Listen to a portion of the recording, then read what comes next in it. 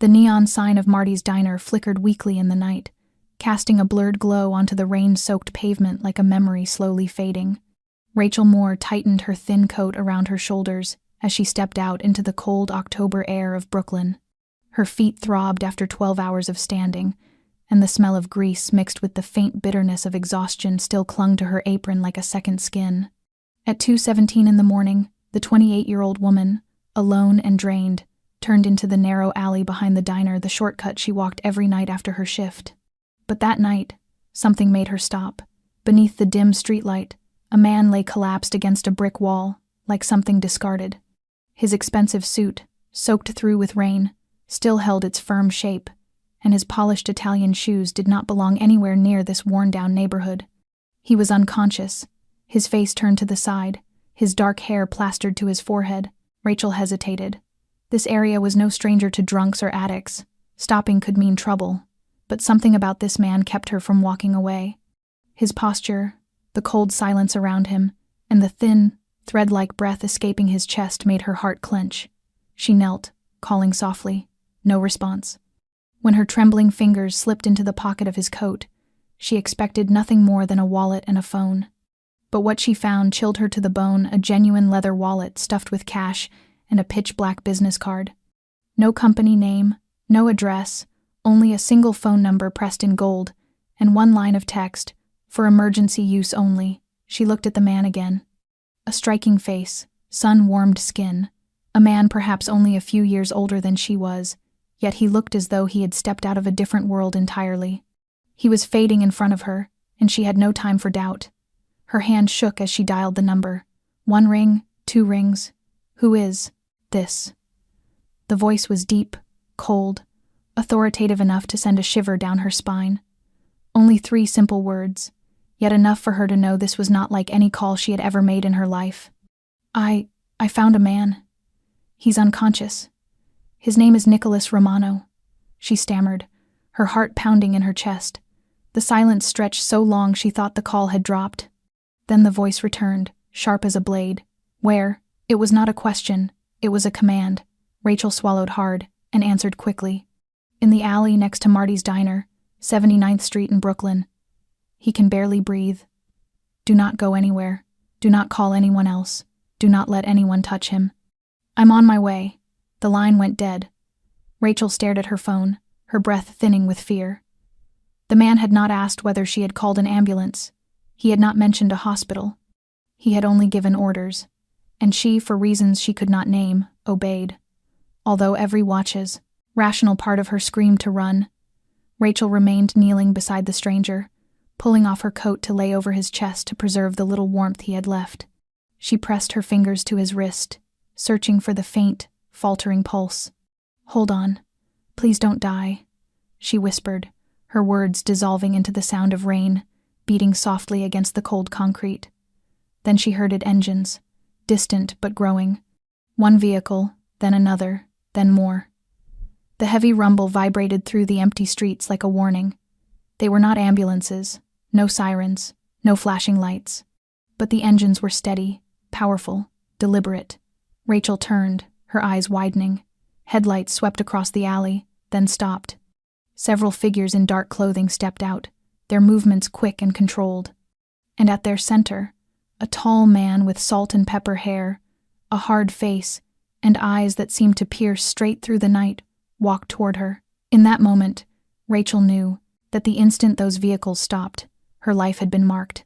The salt and pepper-haired man walked toward her with a slow, commanding stride, as if each step he placed on the ground was meant to claim territory. The men behind him fanned out, forming a silent barrier at the mouth of the alley. Every one of them wore impeccably tailored black clothing, broad-shouldered, alert, and Rachel did not need to look closely to know they were armed. She remained frozen where she knelt, her hand still resting lightly on the unconscious man's chest, as the only proof she meant no harm. The man stopped directly in front of her, his gray eyes sweeping over Rachel before settling on Nick's rain-soaked body. There was a tension in his gaze so sharp it felt like steel, yet his face betrayed nothing. Rachel felt a coldness wrap around her body that had nothing to do with the rain, but everything to do with the presence of the man standing before her. He did not ask who she was, did not ask what had happened. Instead, He lowered himself beside the fallen man, his large but controlled hands checking Nick's pulse, his breathing, then lifting an eyelid to test his pupil response. His expression did not change, but the tightening of his jaw revealed a fury being held back with immense effort. Rachel held her breath. Finally, he lifted his head and fixed his eyes on her, as if he could pull every thought from her mind without a single question. His voice, when it came, was low and rough, and he did not need to raise it to make her obey. "How long ago did you find him?" Rachel stammered. "About 20 minutes. He was already unconscious when I got here. I don't know what happened. I just saw him lying there." He looked at her for a long moment, then gave a slight nod and turned to the man nearest him, signaling with a single gesture. That man pulled out a small communication device and murmured something into it. The entire group moved like a machine coming to life. 2 men crouched down, lifting Nick with a care and precision that made him seem less like a man and more like something priceless. Another man opened the back of a vehicle, revealing not seats but a padded compartment lined with medical equipment. Rachel stared, stunned. She realized instantly that these were not ordinary people, and the man lying there was not some stranger who had simply collapsed on the street. She remembered the moment she found the black business card in his wallet. Everything had begun from that single second. When her fingertips brushed that smooth, weightless card, she had trembled, guided by a quiet instinct that this information did not belong to people like her. No name, no title, no company logo. Only a sequence of 10 embossed golden digits and one message, for emergency use only. She had stood there for a long time, her heart pounding, her hand shaking as she held her phone. She did not know what she was expecting. A police line? An assistant? A family member? But the voice that answered after 2 rings crushed every hope of that. It carried no worry, no concern, only a force that made her feel as if she had opened a door she would never be able to close again. Who is this? The weight of that voice thickened the air around her. It was not loud, not forceful, but something in the way he pronounced each word straightened her spine even though he was not standing there in front of her. She had tried to explain, telling him she was a stranger, that she had just found a man lying in the alley. She said his name, Nicholas Romano.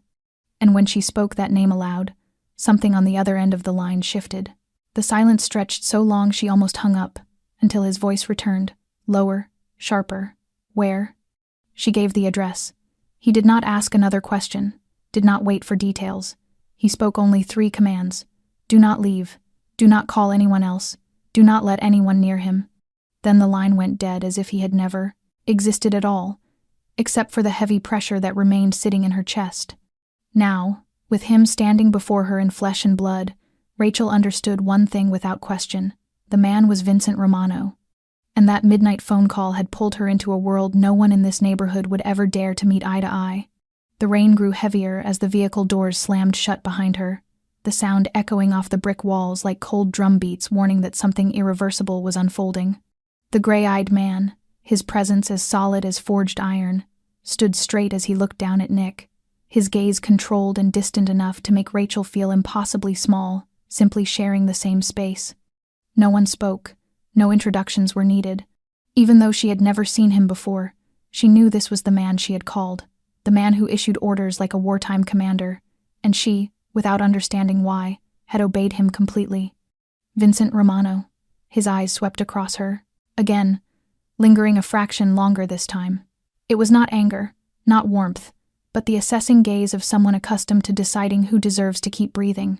Rachel felt as if she were being examined under a microscope, each breath and heartbeat quietly measured. He did not ask who she was, did not ask why she was here. He simply turned back to his son. Nick was lifted into the back of the large SUV, where a middle-aged doctor was already waiting. The interior glowed with bright white light, outfitted with medical devices unlike anything Rachel had seen even in an emergency room. The doctor, the only person in the group wearing a white coat, leaned over Nick, checking his pupils, drawing blood, starting fluids, all without a word.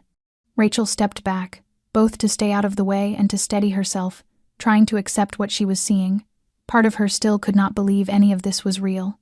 She had just finished her night shift. She had only meant to take a shortcut home.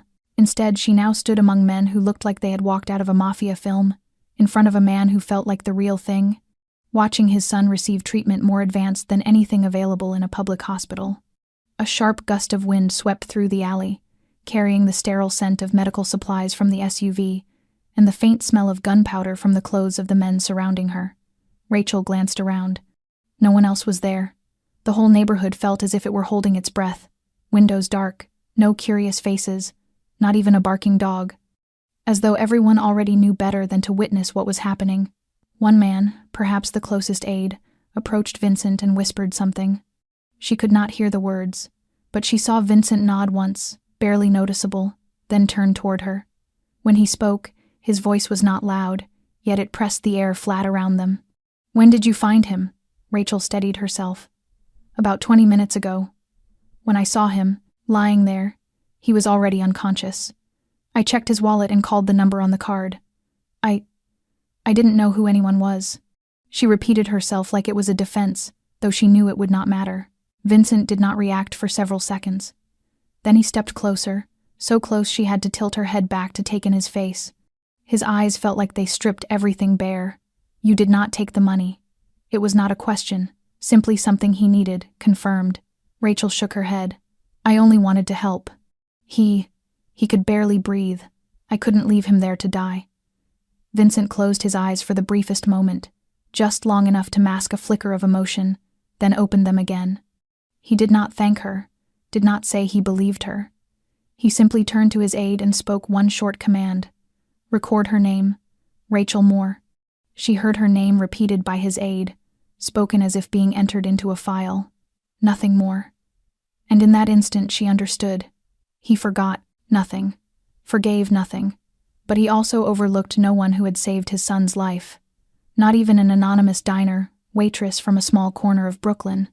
Rachel stood still, her old canvas shoes soaked through with cold rain, her eyes following the SUV as its rear doors closed on the man she had just saved.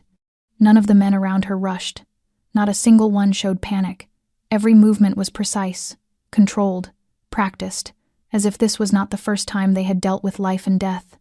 She thought that once the vehicle drove away, she could turn her back and leave this place as if nothing had happened. But then Vincent Romano looked at her again, and his gaze was no longer quiet observation but pointed scrutiny. A tall man beside him stepped forward, his expression cold, his hand drifting subtly toward his waistband. Rachel recognized the gesture instantly. It was the reflex of someone carrying a gun. She did not have time to react before Vincent lifted a hand. The man stopped at once, without a word. Rachel felt her heartbeat pounding hard against her ribs, not from the cold but from the realization that she was standing at the very edge of life and death. Vincent stepped closer, close enough that the scent of sandalwood and faint smoke clinging to his expensive coat overwhelmed the damp, musty smell of the alley. His voice dropped lower, not angry, but as cold as carved ice. "You found him, called me, and then stayed with him until I arrived. You expect me to believe that was nothing more than the kindness of a stranger in Brooklyn on a rainy night." Rachel swallowed. "I know it sounds naive, but it is the truth. I did not know who he was. I just saw someone who needed help. I could not walk away." Vincent said nothing. A long silence stretched between them, a silence so heavy it seemed to stop time. Only the rain and the distant fading sound of the departing SUV broke it. Then he spoke. Slowly, each word measured. "In this place, people sell one, another out for pocket change. A stranger unconscious with a wallet full of cash, a watch worth several $1,000s. You are a diner waitress who lives off tips, walking home near 3 in the morning, and you did not take anything, only called the number on a black card. You understand why I cannot simply take your word." Rachel nodded. "Yes, I understand, but I do not need you to believe me. I only know I could not let him die like that." Vincent's eyes stayed locked on her, searching for the slightest sign of deception. Then suddenly, he stepped back and shifted his gaze to the bodyguard beside him. "Take her home, record her address, her name, her workplace. Watch her, but do not interfere. If anything seems out of place, I want to know first." Rachel barely had time to react before the man beside him nodded. Vincent looked at her one last time, his eyes memorizing every detail of her face. He did not thank her. He did not apologize for doubting her. He simply turned, climbed, into the vehicle, and the door closed behind him with a soft, decisive sound. The car pulled out of the alley and slipped into the night. Only Rachel remained, standing alone in the rain, exhaling the breath she had not realized she was holding. She did not know what had just happened, nor what danger she had narrowly brushed past, but she knew one thing with absolute certainty. From this night on, her life would not return to normal. And the name Nicholas Romano would be the last name she should ever speak aloud in any story she told. Yet somewhere deep inside, she knew this was only the beginning. 3 days passed since that cold, rainy night, yet Rachel still could not sleep through a single one. Every time she closed her eyes, she saw the gray, piercing gaze of Vincent Romano, sharp, heavy, as if he had carved her name into a list she had never asked to be placed on. She still worked at Marty's diner, still poured coffee, wiped tables, counted change, offered weak smiles to the regulars. But something had shifted, something she could not name, only feel in the way her heart tightened every time the door opened, in the way she glanced toward the street whenever a luxury car slowed near the diner. She told no one, not because of fear, but because no one would believe it. Who would believe a diner waitress met a Mafia kingpin's son lying half dead in an alley, saved his life, and was spared only because she did not steal his money? She kept it to herself, like a deep cut that did not bleed, but throbbed whenever touched. On Wednesday morning, the sky finally cleared after days of rain. Rachel was wiping table 6 when Janet, the morning shift waitress, rushed in, breathless with excitement.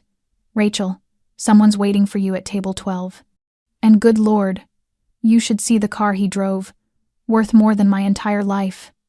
Rachel froze. She turned her head, scanning the row of booths at the back of the diner.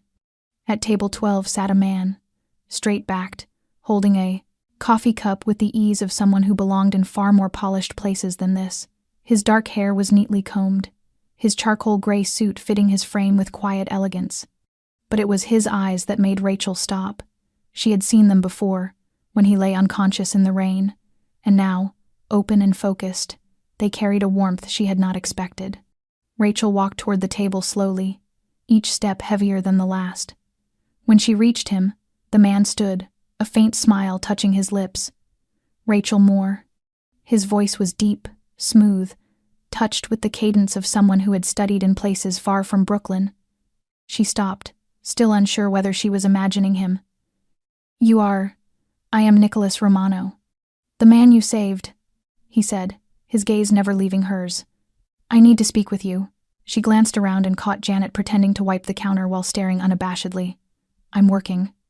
"I already spoke to your manager," he replied, as if the matter took him no more than 5 seconds. "You have a 15-minute break. I only need 5. Rachel said nothing and quietly took the seat across from him. They sat in silence for a moment, the clatter of plates and low diner chatter fading into the background. Nick placed a white envelope on the table and nudged it toward her. She stared at it as if it were something dangerous. "I don't want money." "I know," he said immediately, his voice free of pressure. "This is not payment for silence. It is gratitude. You did not leave me. You did not know who I was. And you still saved me. That, in my world, almost never happens." Rachel kept her hands folded, refusing to touch the envelope. "I didn't do it for a reward. I did it because you were dying, and I couldn't watch someone die and walk away." Nick watched her carefully, nodded once, then spoke more slowly. "Then consider this an invitation. Let me thank you properly. A lunch, a moment of peace, nothing more." Rachel opened her mouth to refuse, but then she saw something. In his eyes, not just gratitude, but something fragile, honest, unlike anyone she had imagined from Vincent Romano's world, and she realized that perhaps she needed an explanation of her own. Not because of who he was, but because of who she had become after that night, because of the questions that had haunted her for 3 sleepless days. She nodded gently. 5 minutes, no more. Nick smiled, a quiet smile that softened the air between them. 5 minutes, he agreed, but both of them knew that whatever began here would not end easily. Rachel did not fully understand why she agreed. Perhaps it was curiosity, or perhaps it was the way Nicholas Romano looked at her, so unlike the way wealthy men usually looked at waitresses in an old diner in Brooklyn. He did not look at her as if she were something unusual, and he did not look at her as if she owed him anything. His gaze was simply an honest invitation, without pressure, without hidden traps, and somehow that made her feel safer than anything else. When her break began, Rachel removed her apron, smoothed her still damp hair from the morning drizzle, and stepped outside. The car waiting for them was a sleek black sedan, polished enough to mirror the entire block behind it. She hesitated for a moment, but Nick had already opened the door before she could refuse. His hand extended as though he had done this 1,000 times, but his eyes held a question, not an order. She stepped into the car, and the door closed with a soft sound, shutting out the noise of the street. They did not drive far. A small Italian restaurant in Carroll Gardens, with white tablecloths and candles made of real wax, waited quietly for them. It was nothing like the ostentation she imagined from someone of his world. When they sat, Nick ordered in Italian, not boastful, not showing off. Rachel did not understand most of it, but the respectful bow from the waiter told her enough. When they were finally alone, something in the air shifted. No, more tension of an rescuer and rescued, no suffocating heaviness like when Don Romano's gaze pressed the breath from her lungs. Nick leaned back slightly, his hands laced together. "You still look uncomfortable." She met his eyes, her voice direct. "I am not used to meals like this, and I am definitely not used to being invited to lunch by someone from the Romano family." He smiled softly, his eyes gentle. "I understand, but forget my name for a moment. Just think of me as the man you saved on a rainy night. No family, no shadows behind me." She was quiet for several seconds. "Fine, once. Then the man I saved. What is his name besides Nicholas Romano?" He tilted his head, as though she had struck a sensitive spot. "Call me Nick. Everyone close to me does." She nodded. "I am Rachel. But I suppose you already know that." "I do," he admitted. "I also know you live alone, walk home every night, and have a cat named Pepper." Rachel leaned back, her wariness returning. "You are watching me." "I am. Protecting you," Nick corrected gently. "Do you know what happened to me? I was poisoned. Someone tried to kill me, and if you had not found me when you did, I would not be sitting here. I cannot let you become the next target." His words thickened the air around them. She stared at him, and for the first time, she sensed the weight he carried beneath his elegant exterior. Before she could answer, their food arrived. The aroma of ragu and toasted bread softened the tension. Nick lifted his glass. "Once again, thank you, Rachel. Not only for my life, but for reminding me that in a world where everything is calculated and traded, kindness still exists." Rachel did not speak. She simply raised her glass and touched his lightly. The clear sound chimed between them in the gentle midday light, like a fragile promise between two people from opposite worlds. After lunch, Rachel returned to the diner with a strange feeling she could not name. Everything looked the same. The familiar smell of grease, the clinking dishes, the regulars in their usual seats, Janet sighing every time she had to serve table 8. But Rachel was no longer the same. She felt as though she had stepped into another world, and coming back made everything familiar feel oddly distant. The following days passed under a blanket of silence. Nick did not contact her, did not send messages, did not appear at the diner. Rachel assumed he had kept his word, thanked her, and disappeared. She tried to slip back into her old routine, but the sense of being watched lingered like a shadow. At first it was subtle. A car parked across the street she had never seen before. The driver slumped against the wheel as though asleep, yet unmoving for nearly an hour. A man who came into the diner 2 days in a row, ordering only a black coffee he never touched, staring out the window until the moment she noticed him, then leaving in silence. Footsteps behind her at night, though every time she looked back, the sidewalk was empty. The hallway lights in her building flickered more than usual.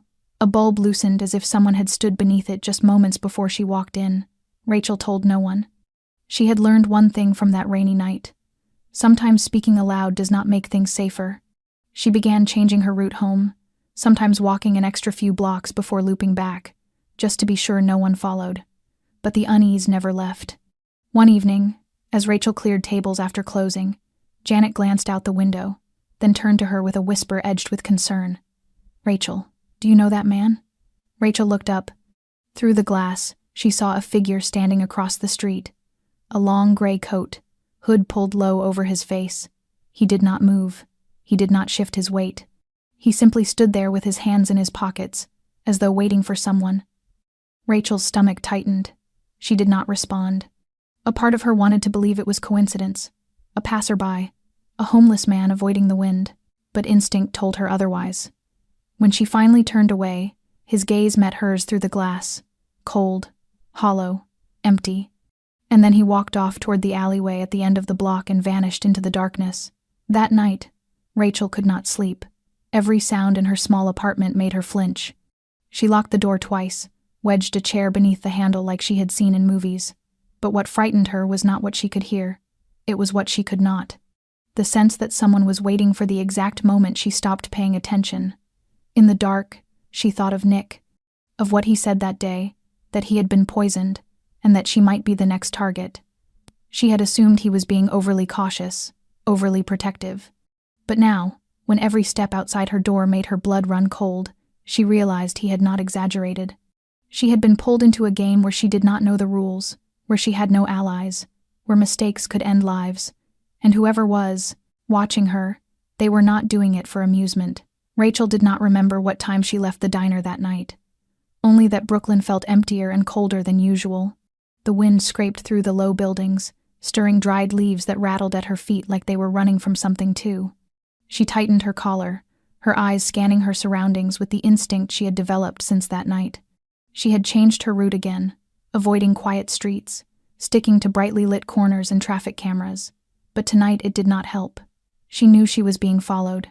The sensation was sharp and undeniable, like a needle pressed to the back of her neck. She walked faster, her shoes tapping harshly against the pavement. When she turned onto the street beside her building, a low laugh rose behind her, steady and cruel. She spun around.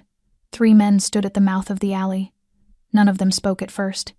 The one in the middle, large, wearing an old leather jacket, with a scar carving down from his ear to his neck, stepped forward. He smiled. "You are Rachel Moore, right? You are famous."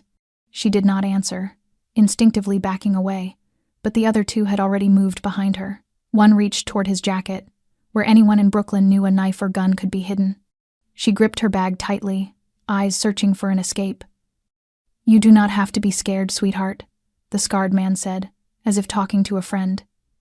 "We just want to ask a few things. About your handsome friend, Nick Romano. You met him, right? Maybe more than met." Rachel bit her lip, refusing to respond. He laughed again. "You know, people like you, the ones who live on tips and luck, they do not last long once they get tangled with the wrong man. Now you have 2 choices. Tell us what you know." Or he did not finish. Tires screeched at the end of the street. Headlights cut across the men's faces, making them recoil instinctively. The first car braked hard in the middle of the road, and the door flew open. Rachel only understood who it was when the light struck his face. Nick Romano. The calm she saw at lunch was gone. His eyes were sharp as blades, his jaw clenched, and his voice rang out through the dark like a command carved in iron. "Step away from her." The men hesitated for a single heartbeat. Then the tall one whipped a knife from his sleeve, turning toward Rachel. He never got a chance to move. 2 men from the second car rushed forward like shadows. One strike sent the knife clattering across the pavement. Another punch dropped him onto the curb. The remaining 2 were slammed to the ground before they could run, their faces pressed against the cold brick. Rachel stood frozen, her heart bursting against her ribs. Nick approached her, saying nothing at first, his eyes searching her for cuts, bruises, any trace of harm. She was still shaking when he placed a hand on her shoulder, warm and steady. "Are you hurt?" She shook her head, speechless. Nick turned toward the man pinned to the ground.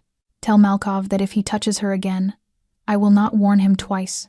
Next time, I will come myself." One of Nick's men took out his phone, making a call, switching between Russian and English. Nick guided Rachel to the car and opened the door for her as if this were nothing more than an ordinary evening out. She stepped inside without protest, without questions. She did not need explanations. Everything that had just happened spoke clearly enough. As the car pulled away from the empty street, Rachel looked at Nick. His eyes were fixed on the road ahead, but his hand rested gently on hers, a subtle pressure that told her one simple truth. From now on, she was no longer alone. But she also understood, with painful clarity, that this was not an ending. This was the second time he had saved her. And a third time might not come soon enough if she did not understand exactly what she was now caught up in. The car carrying Rachel and Nick left the neighborhood as swiftly as it had appeared, speeding past rows of sleeping buildings lit by the fractured gold glow of late-night Brooklyn streetlights. Inside the quiet cabin, the only sounds were Rachel's uneven breathing and Nick's hand still wrapped around hers, steady and warm, refusing to let go for even a second. Not until the car merged onto the highway and the city lights began to fade behind them did Nick finally speak, his voice low and certain. "They wanted to scare you, or force you to say something you do not even know." Rachel turned toward him, her eyes still wide with shock. "I do not understand. Why me? I have nothing to do with—" She stopped, unable to say the word Mafia. Nick glanced at her, the corner of his mouth tightening, though not in a smile. "Because you were the last person with me before I lost consciousness, and because you called the right number. Not the police, not the hospital. You called my father. You kept me from dying, and that made you a target." Rachel swallowed, her voice trembling. "So, it was real? Someone actually poisoned you?" Nick nodded, his gaze drifting out the window to the heavy, clouded night sky. "Not an accident, not alcohol. A slow-acting toxin, designed to knock me out gradually. Not enough to kill quickly, just enough to keep me from defending myself, from calling anyone." Rachel tightened her hold on his hand. "Who would do that? Who wants to hurt you?" One name alone chilled her: Victor Malkoff, the same name she had heard on the lips of the men who followed her. Nick was silent a long moment before answering. "That is what I am trying to find out, but it is not simple. The person who carried out the attack might belong to Malkoff. But the person who got close enough to slip something into my drink, that person is inside the Romano family." Rachel stared at him in disbelief. "You mean, the traitor is one of your own?" Nick nodded again. "Or someone who used to be. Very few people have access to my glass. During closed meetings, a handful of trusted advisors, a few family members, all tightly monitored. It could only have been someone my father or I trusted completely." A shiver ran down Rachel's spine. A strike from within. Nick's slow nod held a weight that seemed to darken the entire car. "My father is still investigating, but time is not on our side. Malkoff is slowly taking over the eastern districts. If word of the poisoning spreads, our partners will start to panic. Trust in the family will fracture, and blood will spill." Rachel whispered, barely audible. "So that night when I called your father, I didn't just save your life. I saved some fragile balance from collapsing." Nick squeezed her hand gently, his eyes softening for the first time in days. "You have no idea what you did, Rachel. If I had stayed there for another hour, everything would have ended. Not just for me, but for the Romano family." Rachel turned away, her mind spinning with dark possibilities. She was just a poor waitress, with nothing but nearly worn-out shoes and a shabby apartment. Yet with one call, she had stepped straight into the center of an underground storm. Nick watched her for a long moment before speaking gently. "I cannot let you fall deeper into this, but I also cannot leave you unprotected. You have seen too much, learned too much. Now you are a target not only for Malkoff but for anyone who might exploit you to get to me." Rachel pressed her lips together, her gaze steady even through the fear. "Then do not leave me on the sidelines. Tell me what is really happening." Nick stared at her, surprised by the resolve in her voice. Then slowly, with an expression that held unexpected respect, he nodded. "I will tell you everything, but you need to be prepared. From this moment on, you cannot return to who you were. Everything is going to change." Rachel held his hand tighter. "Everything changed the moment I made that call." The penthouse where Rachel was temporarily taken sat on the top, a floor of a modern building overlooking the Hudson River, with the distant lights of the city glittering like a living painting across the darkness. From up here, New York looked strangely peaceful, as if violence, schemes, and the shadowed underworld she had been pulled into did not exist at all. Everything inside was foreign to her old life. High ceilings, floor-to-ceiling windows, cloud-soft rugs beneath her feet, and expensive abstract art hung on pristine white walls. Rachel moved slowly through each room, afraid to touch anything, as if the furniture could somehow tell she did not belong. Nick did not stay that night. He had to return to the Romano estate for a closed-door council meeting, Rachel understood, but she could not hide the ache of loneliness that filled the vast, silent space once he left. A reserved, middle-aged woman named Angela tended to her needs, polite, discreet, never asking questions. Meals appeared on time, security was exhaustive, and the elevator operated only with the fingerprint already registered for Rachel. She could not leave. She was being held not harshly, but undeniably either as a protected witness or a gentle hostage. That first night, Rachel lay in the white feather-covered bed and could not sleep at all.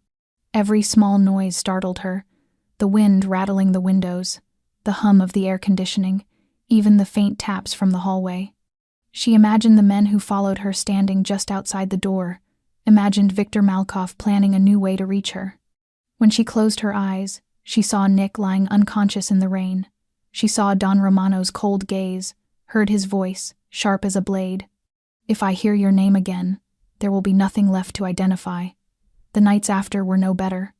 She woke repeatedly, her heart pounding, unsure whether it was nightmares or the suffocating truth closing in around her. One night, unable to endure it any longer, Rachel walked to the balcony.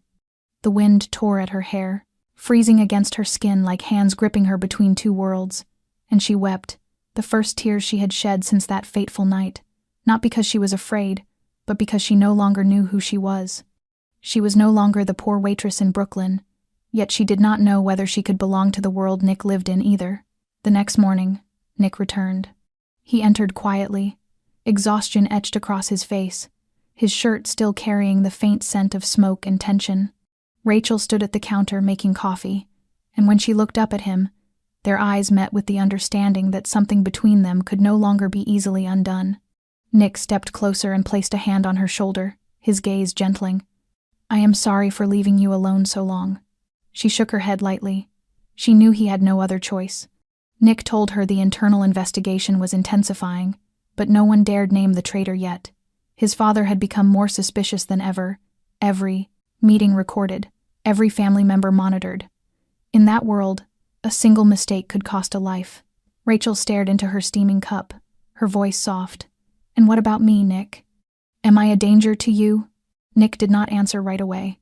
He looked at her for a long moment before whispering, "You are the only thing that makes me want to walk away from this life. And because of that, you are the weakness any enemy of mine would exploit first." Rachel did not know whether to be terrified or moved, but she knew one thing: whatever lay ahead would not be peaceful. And in that cold penthouse, something fragile and fierce began to take shape between them, a small flame trembling in the heart of a gathering storm. That night, after a simple dinner of Italian pasta Nick had cooked himself, Rachel and he sat on the living room floor, the soft light spilling from the kitchen, painting their faces in gentle lines, as if the dangers outside had paused for a brief, fragile moment. She rested her head on his shoulder while Nick held a glass of wine that shimmered under the muted glow, his eyes fixed on the darkness beyond the window. He stayed silent for a long time before speaking, his voice low and steady, as if recounting a story that belonged to someone else entirely. He had grown up in that mansion, he said, a place where everything was guarded, where every corner had ears, and where every person hired inside knew how to hold their tongue better than they held onto greetings. When he was young, his mother was still alive. She was the only softness in the house, the only one with a gentle gaze and arms that knew how to embrace. Every night, she told him stories, not fairy tales, but stories about hope, about choices, about kindness. Rachel listened without interrupting, as though each word he spoke needed to be remembered. When she died, Nick continued, everything changed. The house grew colder, not because the heating stopped working, but because warmth no longer lived there. His father didn't cry. He simply watched the casket lower, and then returned to a meeting with his advisors, as if grief was something he had outgrown. From then on, Nick learned that tears were a luxury in this world. He was 13 the first time he saw a man taken away and never brought back. It was Uncle Sal, the one who had taught him to play chess and told him stories about his father's youth. A week after the man was taken for speaking out of turn, every trace of him disappeared from the mansion, and no one spoke his name again. When Nick asked his father why, the only answer he received was, "Anyone in this family must guard their words the way they guard their life." Rachel shuddered. She couldn't imagine a childhood smothered by deathly silence like that. Nick gave a thin smile. People assume being born into power is a blessing. They have no idea the price. Every day, he learned not just math and literature, but how to read a man's face, how to hold another's, gaze long enough to catch a lie, how to bury fear, how to give orders. By 15, he was sitting in closed-door meetings, listening to promises spoken in languages that never reached paper. At 18, he saw his father decide the fate of a man he once called brother. That was when Nick understood that loyalty in his world was not measured by years, but by the ability to stay silent until death. Rachel squeezed his hand. So why stay? Because you had no choice, didn't you? Nick shook his head, his eyes softening in a way she had never seen before. There is always a choice. But when you are born in a golden cage, the first choice you learn is how to live with it, and the second is finding someone who gives you a reason to break it. He paused, set down his glass, and brushed his fingers gently along her cheek. You gave me that reason. Before you, I never considered walking away. Not because I loved power, but because I didn't believe I could live differently. Now I believe it, but it scares me. Rachel leaned her forehead against his. I'm scared too, but I'm not scared of you. Nick let out a soft laugh, a rare sound carrying more emotion than any confession. For a moment, all his cold armor cracked, revealing a heart untouched for far too long. And in that room, two people from two different worlds sat side by side, facing a future that could either be a cliff or a beginning neither had dared dream. The phone rang just before 3 a.m, slicing through the quiet of the penthouse and jerking Rachel awake. Nick was still on the balcony, and the glow of his phone lit up the tension etched into his face as he answered. Rachel moved toward him, a knot of instinctive dread tightening in her chest. Nick listened only a few seconds before his voice dropped, low and controlled. Send me the recording. I'm on my way. He hung up, stood, and his eyes darkened as though the Hudson's cold wind had seeped into them. What happened? Rachel asked, her heart pounding at the look on his face. He met her gaze briefly and nodded. We have a name. Rachel frowned. Who? Nick reached for his coat as his phone buzzed again, this time showing a message. An audio file and a short line of text.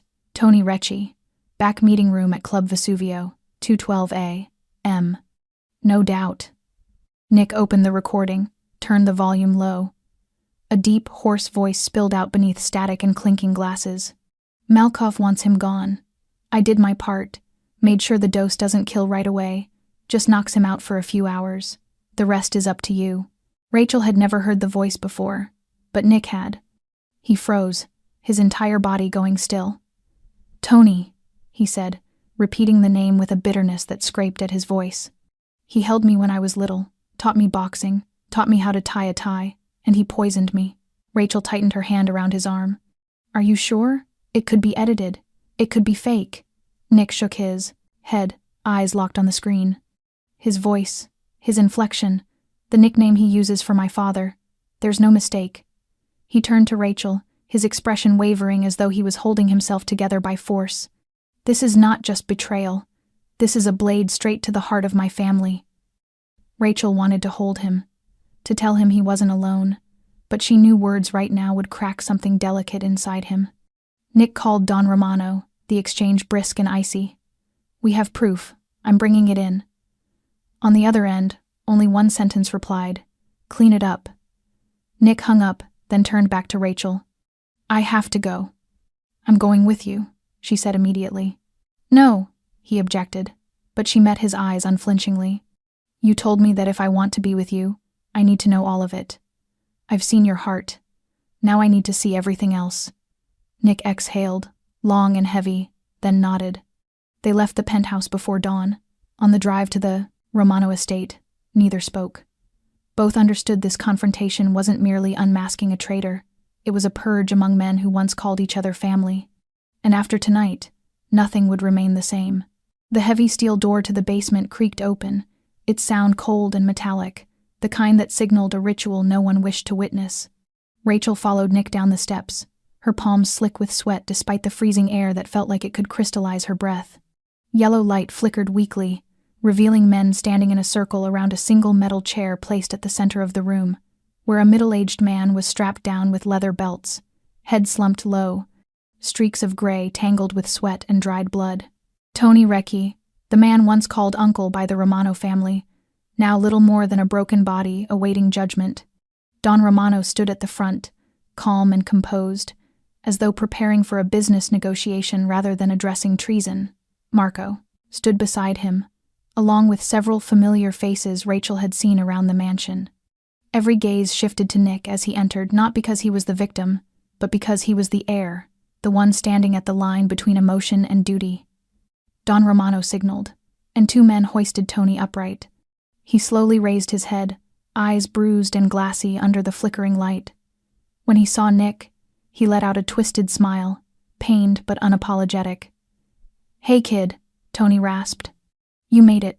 Good." No one returned the greeting. Nick silently brought up the audio file, letting it play aloud. The room went dead still, except for Tony's own voice echoing back at him, a confession laid bare on cold cement. When it ended, no one spoke, no one needed to. The truth stained the room like blood already pooling on the floor. Don Romano stepped forward. Why? His voice wasn't raised, yet it sliced through every man's spine. Tony laughed, though bitterness shadowed his eyes. "Because you can't see anymore, Don. Malkov doesn't need to kill you. He just needs you to grow old and blind to the world changing around you. I chose the side that will survive." Don Romano nodded slowly, disappointment far heavier than rage. 17 years. You ate at my table. You protected my son. You guarded my home. 17 years, and you betray us with a single dose.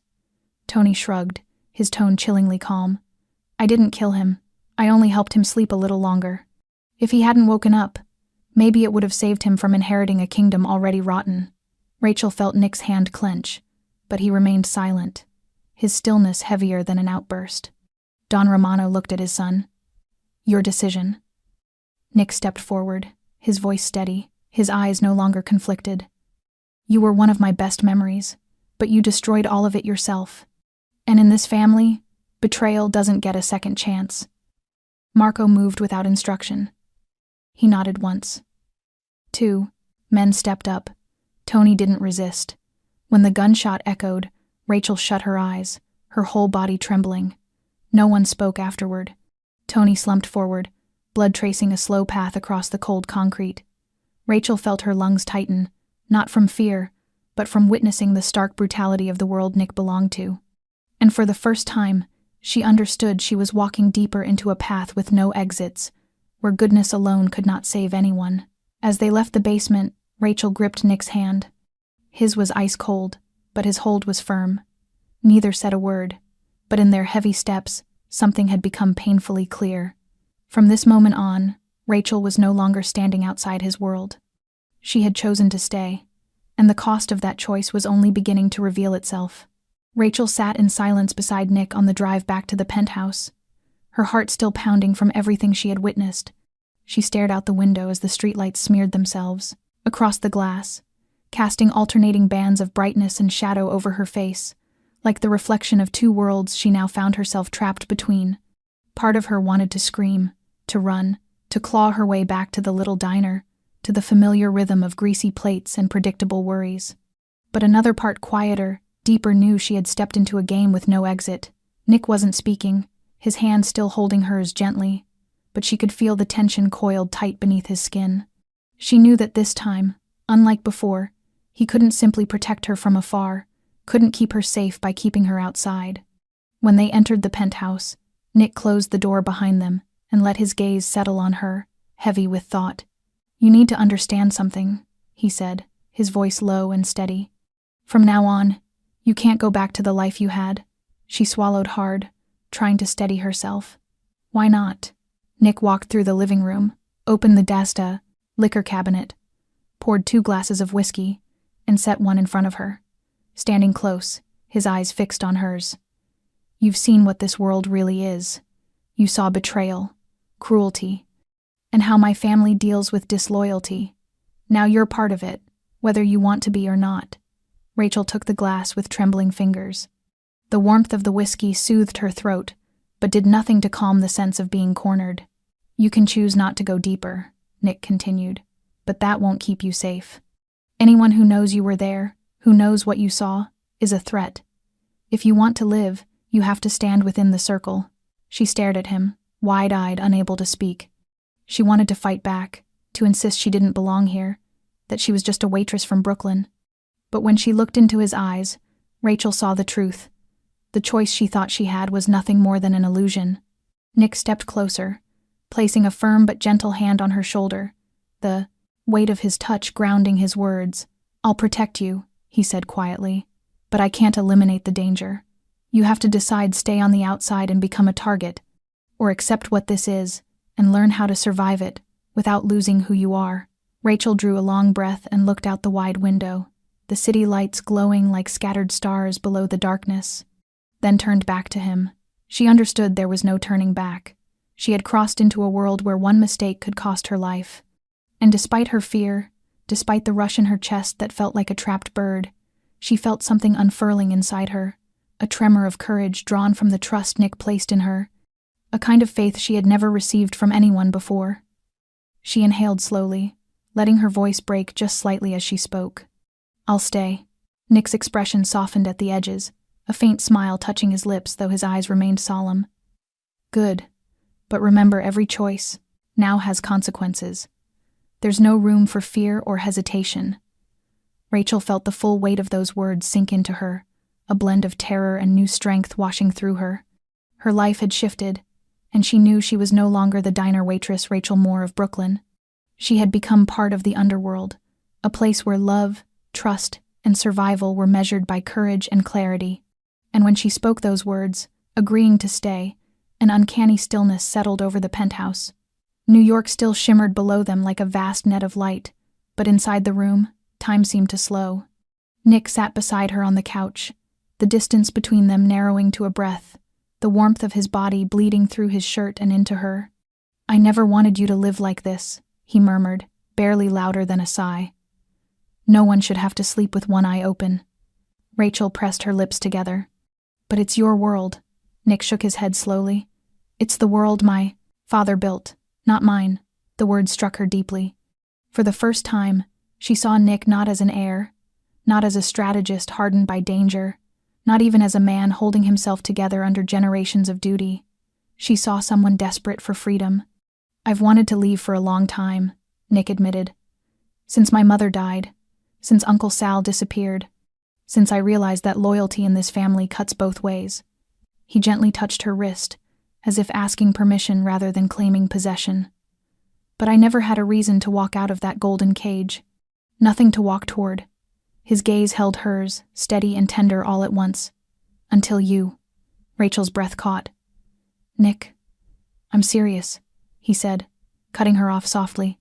"I want a different life. One where I choose who I become, not the shadow passed down from father to son." He stood, pacing slowly around the room, like he was searching for the right shape of the truth he'd been carrying. "Alone. My father will never allow it. He was born in this world, shaped by it, crowned by it. To him, leaving the family is betrayal. This world is all he knows." Nick turned back to her and sank to one knee, the same way he had bowed to vulnerability the night he spoke of his loneliness. "But you don't belong to that world. You don't owe blood to anyone. You aren't bound by rules or power. You're free, and you make me want to be free."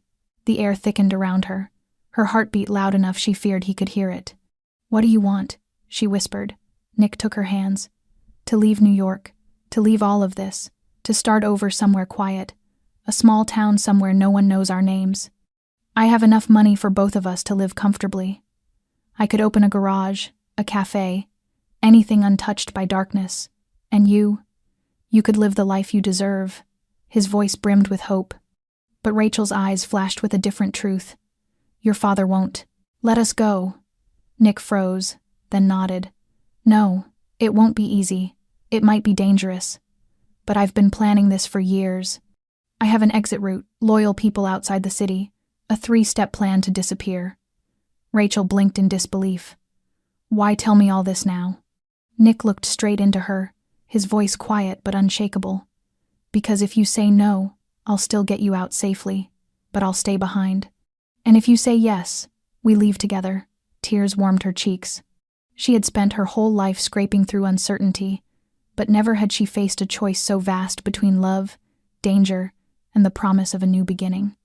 Behind her lay the hard, familiar world she'd always known. Before her stood the most dangerous yet honest man she had ever met. And in between them was a promise that could alter both their fates. When Rachel finally turned back, Nick was still kneeling, waiting for her answer as if his entire life rested on the next breath. She cupped his cheek and whispered like a tremor, "If you go, I'll go with you." Nick closed his eyes, as if hearing the one freedom he had waited for all his life. But Rachel didn't know that her yes also opened a door to violence and reckoning neither of them had foreseen. Because the first person to discover Nick's plan to leave was none other than Victor Malkov. And he was already preparing his strike. Rachel woke in the middle of the night, the faint light from the distant street cutting across the hardwood floor like thin, glinting blades. The phone on the bedside table vibrated, its screen lighting up with a name she didn't recognize, Victor Malkov. She drew a long breath, her heart thudding painfully, knowing instantly this call wasn't made for pleasantries. She hesitated, then answered. Malkov's voice poured through the speaker, low, cold, and sharp enough that even Nick would have acknowledged the weight behind every word. "Rachel Moore, I know you're there." She held the phone, her lips trembling, unable to form a sound. Malkov continued, as if speaking through her to Nick, standing beside her in some invisible way. "My son's boy, Nicholas Romano, made a grave mistake when he allowed you to step into our world, but I'll give you one last chance. Listen carefully. Not a single misstep, not a single word spoken outside. If you do, no one will be able to protect you. You'll disappear in a way even Nick can't undo." A chill shot up Rachel's spine, raising every hair on her body. His voice didn't need theatrics. Every syllable carried lethal weight. She stepped back, her gaze darting toward Nick standing beside her, his face tense but controlled. Malkov pressed on, enunciating each word with surgical precision. "Every person who knows you, who has seen you with Nicholas Romano, is now a potential target. You are a weakness, Rachel Moore. Surviving the other night was luck, but this is your final warning. You won't get a second chance."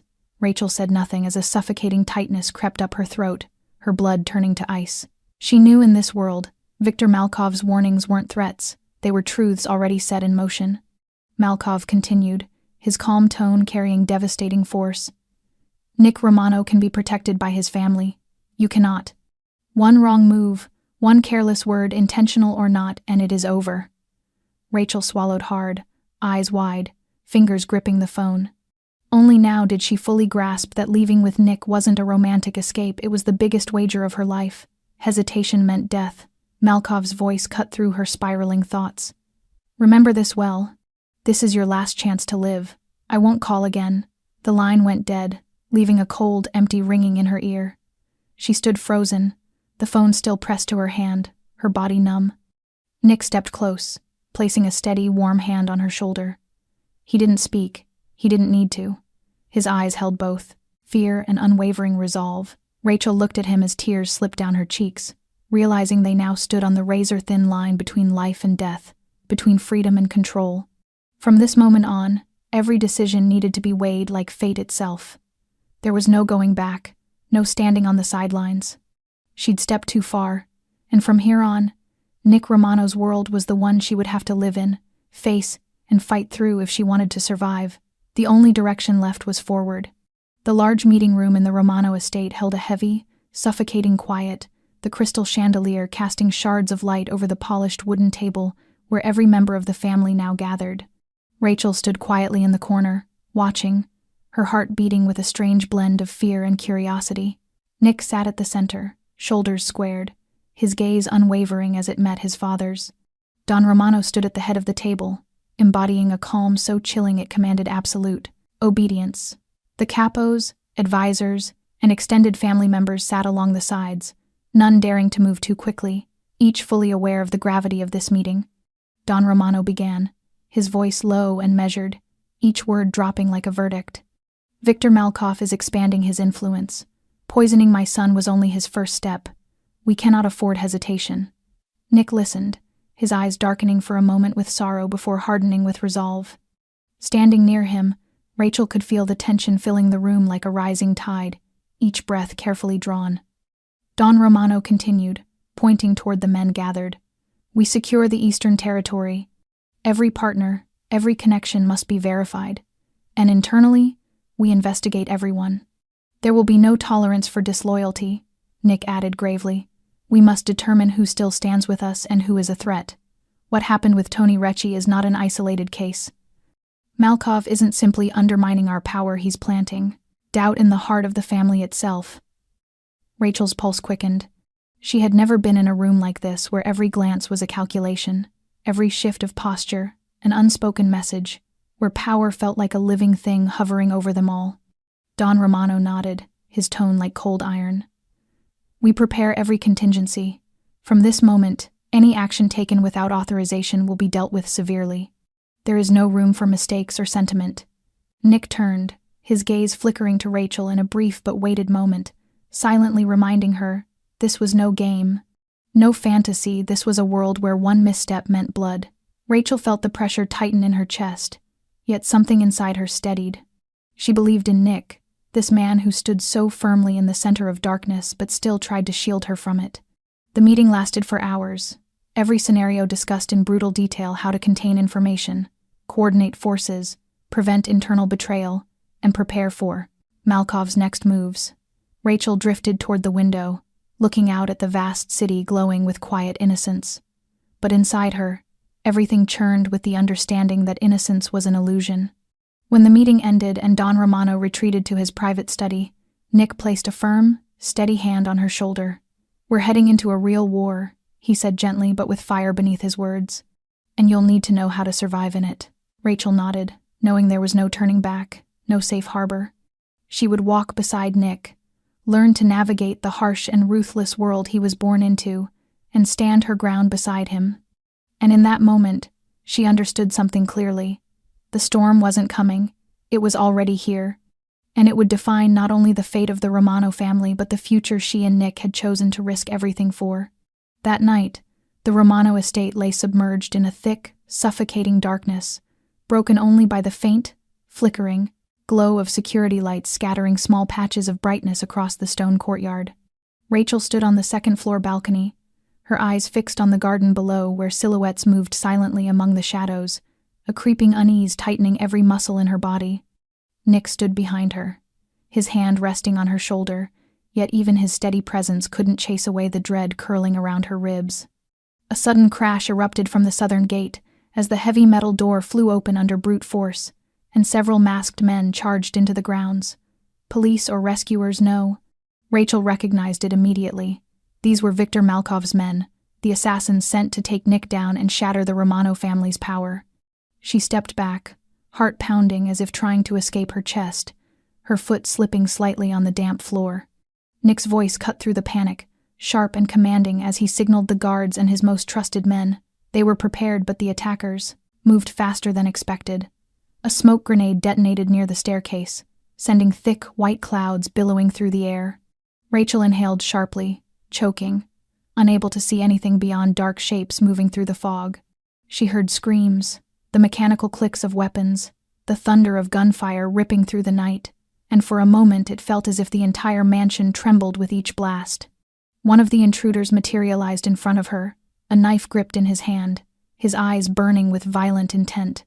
Rachel gasped and stumbled backward, nearly falling over the balcony rail. Nick lunged forward, grabbing the attacker's wrist and overpowering him with sheer force as he barked orders for the guards to neutralize the others. Rachel stood frozen, her chest tightening, each second stretching into an eternity. She saw Nick moving with swift precision, commanding everyone around him yet never losing sight of her, his gaze tethered to her with fierce vigilance. A gunshot cracked through the chaos near the living room, making Rachel jerk back, tears spilling down her cheeks. Nick rushed to her, pulling her inside and slamming the door shut. His breath was heavy, his voice low and shaking with anger and worry as he asked, "Are you hurt?" She shook her head, unable to speak, her whole body trembling uncontrollably.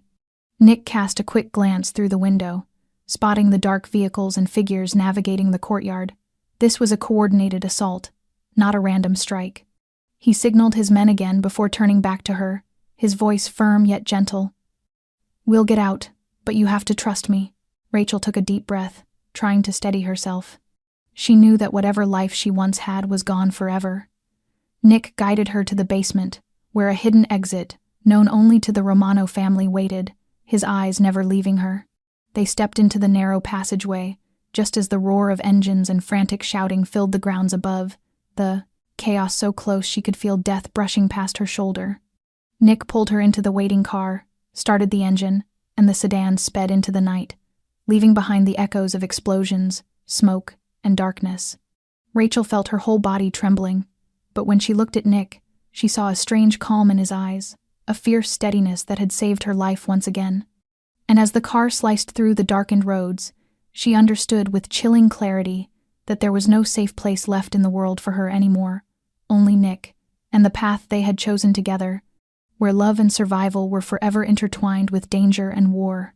As their car left the Romano grounds behind, the air inside the cabin remained taut like a stretched wire. Rachel curled against the seat, gripping Nick's hand, her heartbeat still racing after the brush with death. Nick stayed silent, eyes fixed on the road, but beneath that calm exterior she sensed the storm of thoughts churning through him. Once, they reached a temporary safe house. Nick contacted Don Romano through a secure line. Don's voice emerged steady, powerful, carrying a weight that seemed to anchor the room. "Have you completed the task?" Nick answered in a low, clipped tone. "We're safe." The intruders retreated, but this doesn't mean the war is over. A pause followed before Don replied, his voice colder than ice. "I know. But remember, every choice now is yours. What happened tonight was your final test. The responsibility you carry is no longer mine." Nick understood. His father had released control. The fight was now in his hands. He glanced at Rachel, his gaze deep, protective, and unbearably tender. "You saw everything. You know what I'm up against." She pressed her lips together, saying nothing, but her eyes spoke clearly. She was ready to stand beside him, whatever came next. Nick stepped outside, drawing a long breath as he looked over the sprawling city shimmering beneath the night sky, the lights reflecting on the Hudson River like fractured constellations. He knew that from now on, every action, every decision would shape the future of the family and the lives of those he cherished, especially Rachel. Their enemies had retreated for now, but Viktor Malkov's ambition had never cooled. Nick needed to rebuild the defenses, verify every contact, and prepare for the next strike. This was not just a war against an external enemy, but a test of loyalty within their own ranks. Nick returned inside, taking Rachel's hand and squeezing it gently, as though passing his strength to her. "We move forward," he said quietly, "but nothing will ever be simple again." She nodded, fear and determination mingling in her chest. He carried not just a legacy of power, but the weight of keeping those he loved alive. Rachel stepped closer and rested her head against his shoulder, feeling the strain and resolve embedded in his every breath. Together they faced the vast city, wrapped in darkness, knowing Nick would now walk the path without Don Romano beside him, and Rachel felt the tremor of truth.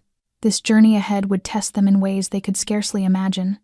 6 months later, the peace they now held had been purchased through fire. A brutal, unrelenting war that raged for 30 nights and days after that assault had reduced Malkov's empire to ashes. Nick, with the cold precision inherited from his father and the strategy born from his own mind, had executed the boldest move of his life, using the collapse of his enemy to stage his own death in a meticulously crafted explosion. He handed control of New York's territory to Marco, his most loyal lieutenant, burying the name Nicholas Romano, forever beneath the ruins of the past, to buy his freedom. Now, Rachel and Nick stood on the porch of a small house, nestled in a quiet Oregon town, surrounded by green-covered mountains and winding stone paths, leading to a charming little main street filled with mom and pop shops. There were no blinding lights, no blaring sirens, only the soft call of birds and the whisper of wind through the trees. Rachel exhaled deeply, and for the first time in months, she felt her lungs truly expand, her heart lighter than she ever thought possible. Nick stood beside her, his hand warm on her shoulder, his eyes gentle and unburdened by the weight of power or danger. Life here was simple, peaceful, and free. Each morning they rose early, walked beneath the canopy of trees, sipped coffee at the small cafe near their home, greeting kind neighbors who knew nothing of the shadows they once lived in. Wrapped in her thick sweater, Rachel held her warm cup between her palms, feeling her heartbeat slowly align with this quiet rhythm of life, a stark contrast to the terror-filled nights of New York. Nick told her about his plan to open a small shop, something they could run together, something rooted in choice rather than obligation. Rachel smiled, her eyes sparkling with a joy she hadn't felt in years. They wandered along the lake, watching birds skim the golden surface where the late-day sun painted the water with hues of amber. Rachel tightened her grip on Nick's hand, safety blooming quietly inside her chest. There were no threatening calls now, no lurking shadows, just the two of them in a fragile peace she cherished deeply. Yet the memories of Victor Malkoff, of the Romano mansion, of nights soaked in danger still lived quietly beneath the surface, a reminder that peace was precious because it was never guaranteed. They visited local shops, greeting residents, and when someone asked Rachel where she had lived before, she smiled and sidestepped the details, knowing some truths must remain buried. Nick's gaze lingered on her with tender pride. "We made it this far," he murmured, "and you proved you can live, fight, and love beside me. No one can take that from us." Rachel's heart swelled with a sense of liberation, though she never forgot the choices that brought them here. As they sat by the lake, the sun dipping behind the mountains, Nick spoke softly about the small things: a home, quiet mornings, long walks through town. Rachel listened and realized, perhaps for the first time, that peace could be real. That she and Nick had carved a place where love was no longer a battlefield, no guns, no enemies. Just the two of them, and a world made gentle by their survival. Leaning against his shoulder, she felt warmth and quiet strength surround her. 6 months had passed, and she understood something profound. The past was gone, but the present was theirs to hold fully, tenderly, fearlessly, in a town she could finally call home.